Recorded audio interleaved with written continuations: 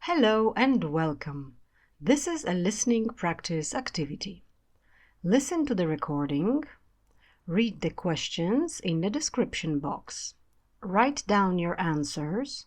You can play the recording again if you need to check.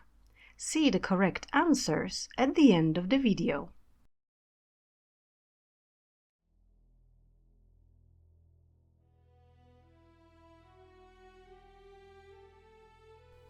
The Voyage of Hope.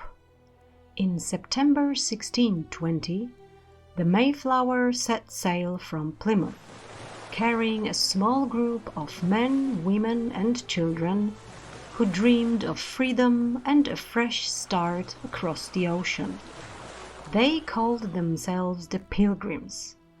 Life in England had worn them down. Laws and persecution had made it almost impossible to live by their faith.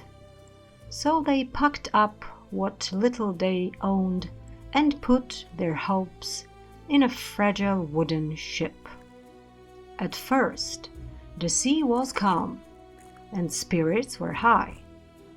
But before long, fierce winds began to rise. The ship creaked and groaned as waves crashed against its sides, throwing cold salt water over the deck. The passengers tried to keep their courage up, but the endless storms wore them out. One terrible night, a huge wave broke over the ship, tearing part of the main beam apart. Panic spread. If the beam gave way completely, the Mayflower would go down. Somehow the crew managed to shore it up with an iron screw and ropes. "If this holds," the captain said grimly, "we might just make it." Food was running low, and many had fallen ill. Children cried, and prayers were whispered in the dark. Yet no one gave up.